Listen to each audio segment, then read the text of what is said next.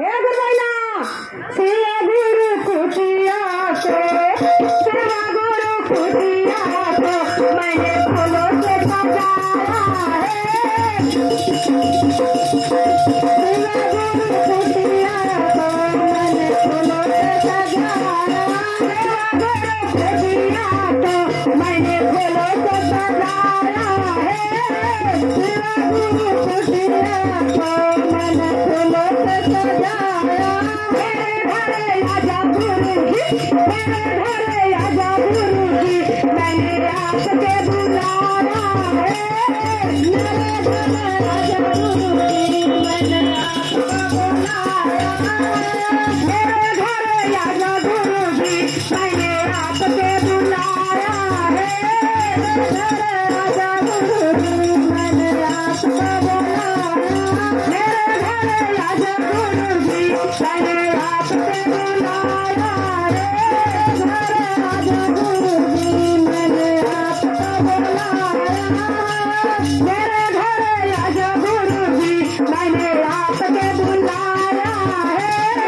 घरे आजा गुरुजी, मैंने आपको बुलाया। मेरे घरे आजा गुरुजी, मैंने आपके बुलाया है। मेरे घरे आजा गुरुजी, मैंने आपको बुलाया। सागर में ढूंढा तूने, सागर में ढूंढा तूने, चर्चा में पाया है। सागर में ढूंढा तुझे, चर्चा में पाया है। सागर में ढूंढा तूने, चर्चा में पाया है। सागर में ढूंढा तुझे, चर्चा में पाया है। सागर में ढूंढा तूने, चर्चा में पाया है। सागर में ढूंढा तुझे, चर्चा में पाया है। नीलकंठ के पहाड़ों पे, नीलकंठ के पहाड़ों पे गोरे आपके बसेरा है। नीलकंठ के पहाड़ों पे प्रभु आपका बसेरा है। नीलकंठ के पहाड़ों पे गोरे आपके बसेरा है। नीलकंठ के पहाड़ों पे गुरु आपका बसेरा। गुरु जी के कुटिया को मैंने फूलों से सजाया है। गुरु जी के कुटिया को मैंने फूलों से सजाया है। गंगा में ढूंढा तूने, यमुना में पाया है। मैंने ढूंढा तुझे, यमुना में पाया है। गंगा में ढूंढा तूने, यमुना में पाया है। गंगा में ढूंढा तुझे, यमुना में पाया। सागर के लहरों में, सागर के लहरों में गोरे आपका बसेरा है। सागर के लहरों में प्रभु आपका बसेरा। सागर के लहरों में गोरे आपका बसेरा है। सागर के लहरों में प्रभु आपका बसेरा। गुरु जी के कुटिया को मैंने फूलों से सजाया है।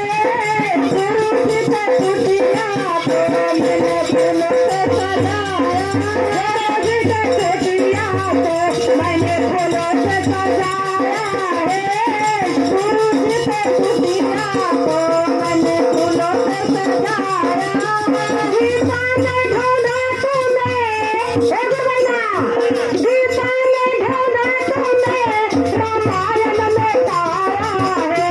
गीता में ढूंढा तूने, रामायण में पाया है। गीता में ढूंढा तूने, रामायण में पाया है। गीता में ढूंढा तूने, रामायण में पाया है। गीता में ढूंढा तूने, रामायण में पाया है।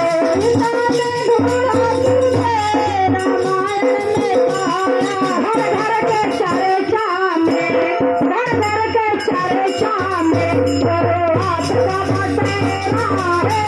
घर घर के चर्चा में प्रभु आपका बसेरा है। घर घर के चर्चा